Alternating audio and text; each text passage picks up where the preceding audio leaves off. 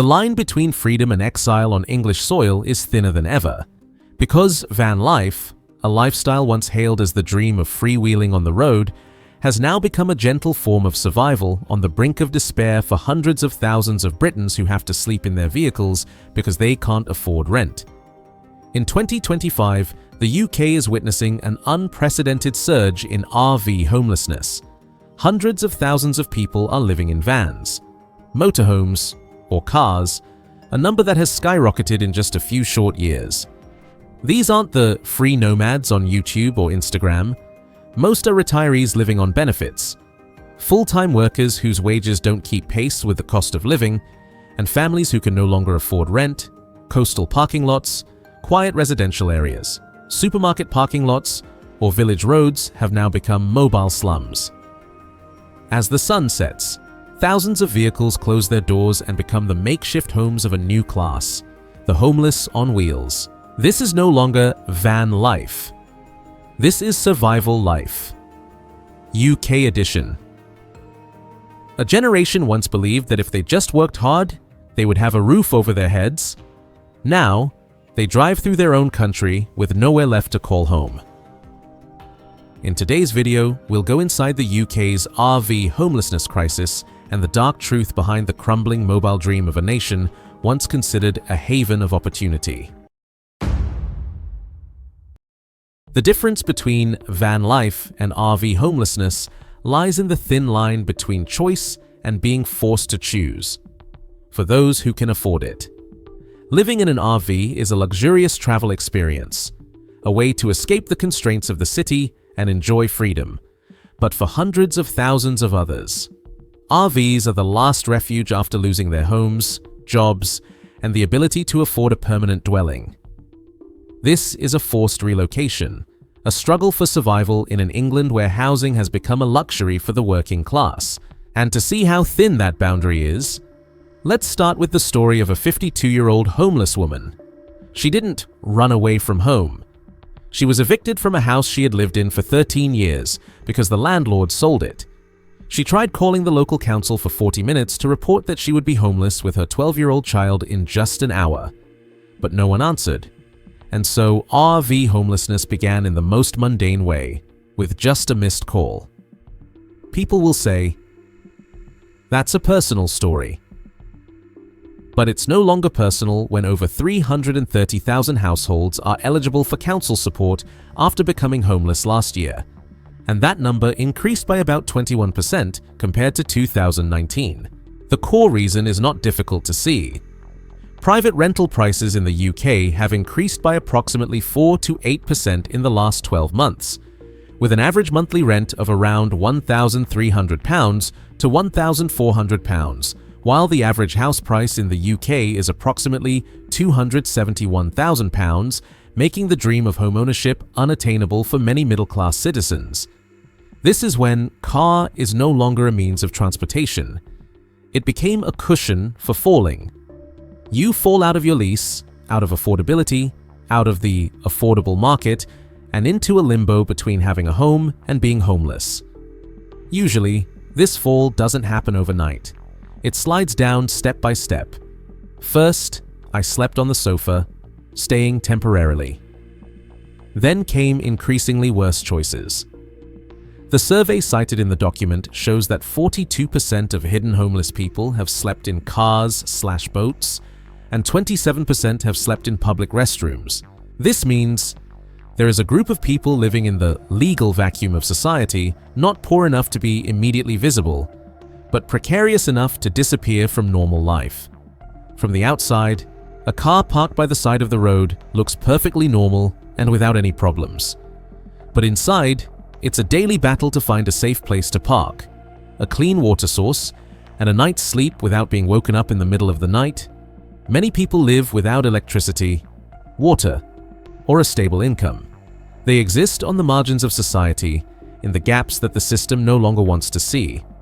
RVs were once a symbol of freedom, but in the current context, they are gradually transforming into a symbol of freedom licensed based on affordability. When an RV becomes a worker's final address, are we witnessing a housing crisis or the collapse of a fundamental promise that hard work will lead to a stable life. If you want to continue with me in this series of profiles, you can click subscribe to the channel.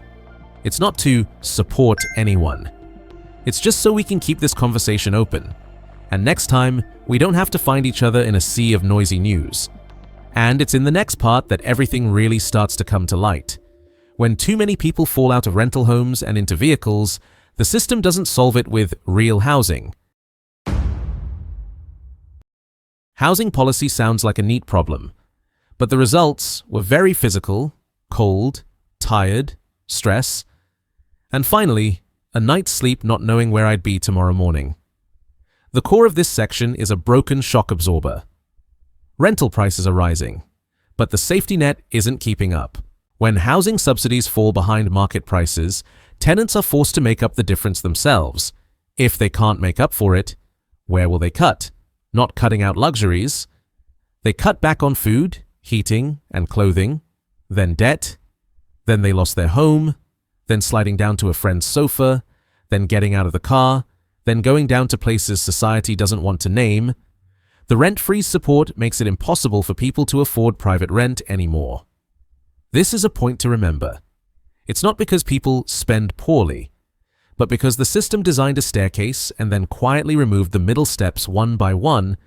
You're still being told to climb up. It's just a step that's no longer there. Looking at the numbers will show how this mechanism works.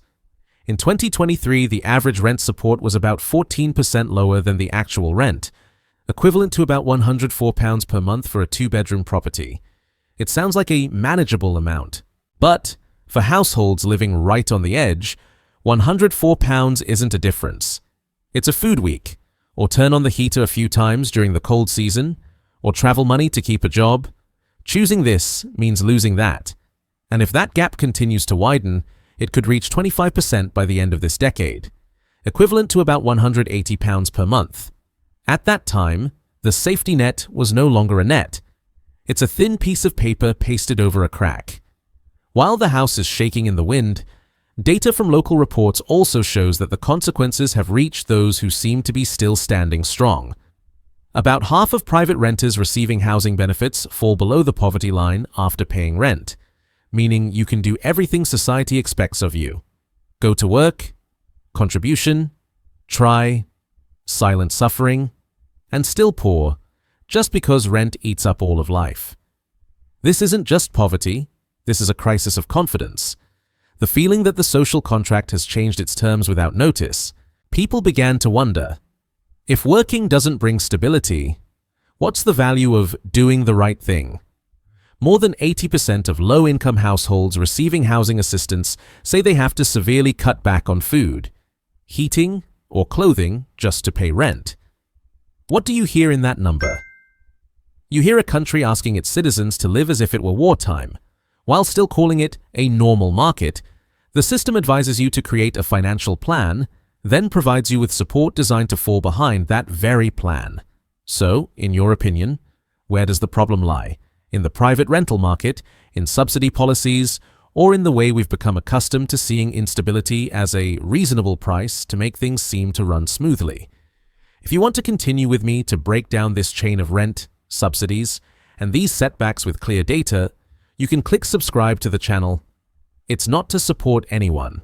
Just so next time we don't have to find each other again in a sea of noisy news, because the next part is where Britain began to hide its bills legally and very kindly. Temporary accommodation. It sounds temporary, but the question is, temporary for a few weeks or temporary for a few years? Temporary accommodation sounds very kind, very reasonable, very temporary. The problem is that in Britain now, what is called temporary is eating up a whole lifetime. Let's call it by its true nature. Temporary accommodation is not home. It's the system's shock absorber. When people fall out of the private rental market, or there is no longer space in social housing, they are cushioned by an intermediate layer: hotels, B&Bs, hostels, short-term apartments. It sounds like a firefighting solution. But as the fire raged on, the water hose was no longer a water hose. It becomes the place where you live. This mechanism is very clear. People are sliding out of their rental homes because they can't afford them, or their contracts are being terminated. The council is obligated to handle emergency situations. They place the person in temporary accommodation. But due to the lack of long-term housing, temporary accommodation is no longer a bridge. It turns into long-term parking. And as this parking lot expands, everything behind it starts to get congested, from local budgets to schools, healthcare, and mental health. Looking at the data, you can see it's no longer a small phenomenon. As of March 31st, 2024, there were 117,450 households living in temporary accommodation, an increase of 12.3%. By the end of 2024/25, this number will increase to 132,410 households, including 172,420 children. This is the detail that makes it impossible to say this is just a problem for a few unlucky people when children appear in the statistics. The issue has gone from being personal to generational, and the price of temporary is not cheap at all. Spending on temporary accommodation was approximately £2.29 billion in 2023/24 and is estimated to increase to around £2.8 billion in 2024/25. How ironic that a nation so skilled at debating fiscal discipline pours billions of pounds each year into an option designed to be used for only a few weeks. What's more terrifying is the feeling of being stuck in time. Approximately 22.8% of families in temporary accommodation stay for 2 to 5 years. About 22.5% are over 5 years old, and nearly half of the homeless families in temporary accommodation have been there for over 2 years. When a temporary solution stretches to the point where you have to count in your child's school years, it's no longer a buffer, it's a suspended life. Temporary accommodation makes the crisis look managed. It makes the sidewalks less crowded and the city less unsightly. But, in return, it pushes the lives of others into a gray area where they exist without truly living. And when you live in temporary conditions for too long, you start to think of yourself as something temporary too. Britain is inventing a new type of architecture where the temporary is built with long-term budgets. So, think about it. When a country allows children to grow up in temporary housing for years, what does that say about its future?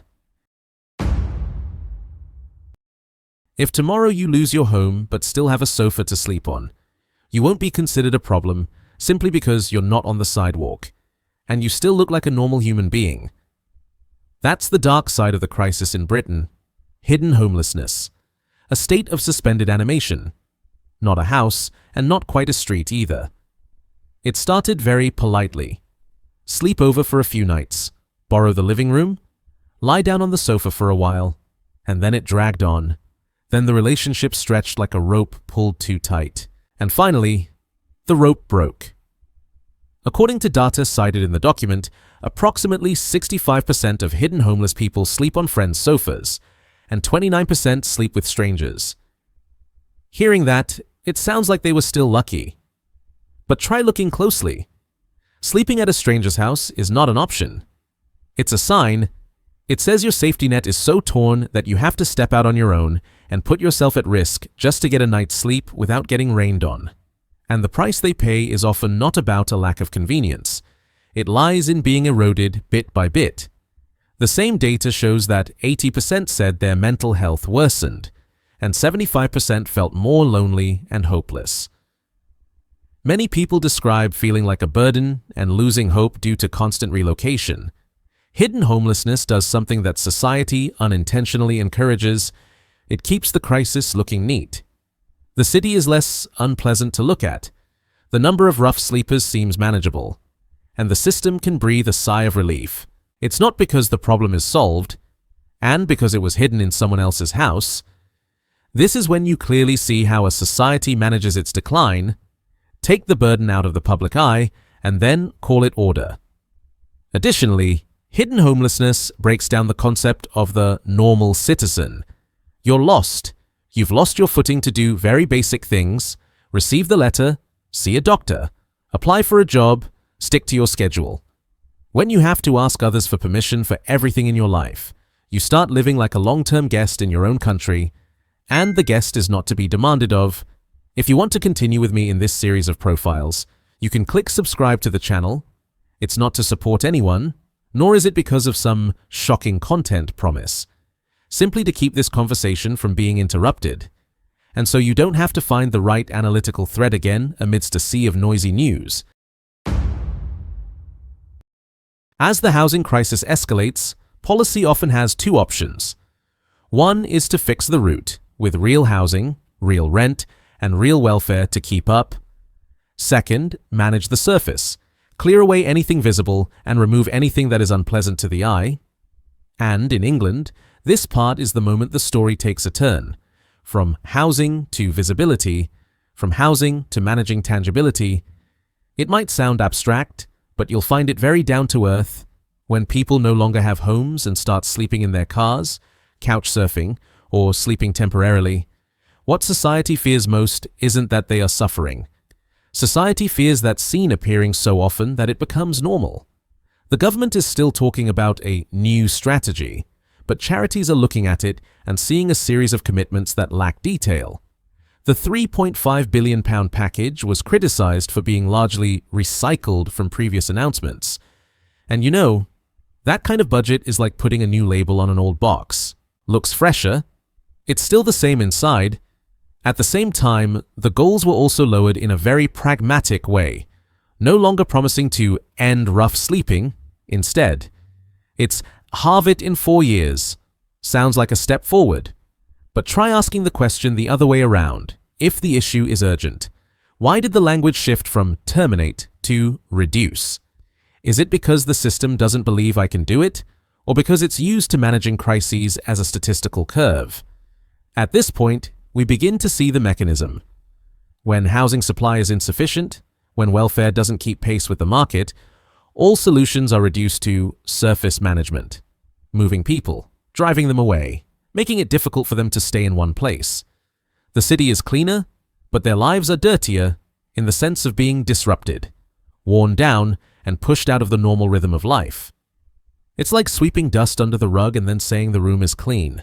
And the biggest paradox is that managing the surface is often more expensive than treating the root cause. In Greater Manchester, there's a bed every night model. With around 600 people each night, Crisis estimates that it can cost around £20,000 per year for someone to fall into rough sleeping, while the cost of a bed every night is around £11,000 to £12,000, meaning prevention is cheaper than cure. And yet, we still prefer to pay for firefighting. A well-placed satire. Britain isn't lacking in reason, it's just lacking the habit of using it in the right place. When the system focuses on what is visible, it is sending a subtle message. It is important that you do not disturb the sense of security of the majority. As for how you live your life, that's the off-screen part.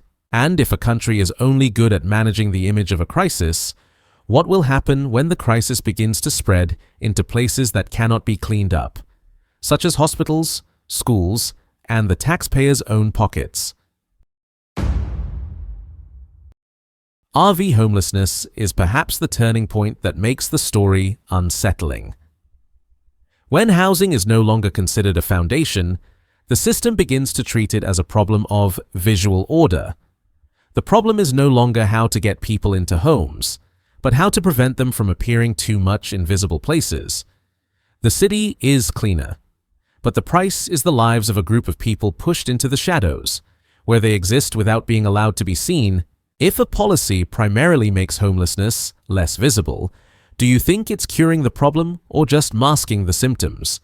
And when a nation chooses to manage the image of a crisis instead of managing its root causes, where do you think the remaining decline will occur? On the streets or within the people's very belief in order and justice? If you find this analysis series worth continuing, please click like.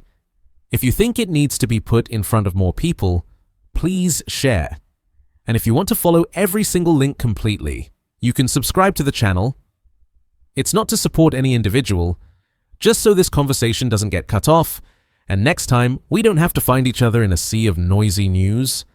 This video aims to analyze key policy trends and social impacts based on publicly available data, reports, and stories shared in the mentioned sources. Some details may change depending on the time and method of measurement, and the real-life examples are only illustrative of the mechanism, not intended to attribute or attack specific individuals or groups. If you have other official data sources or critical perspectives, I'd love to read them in the comments section.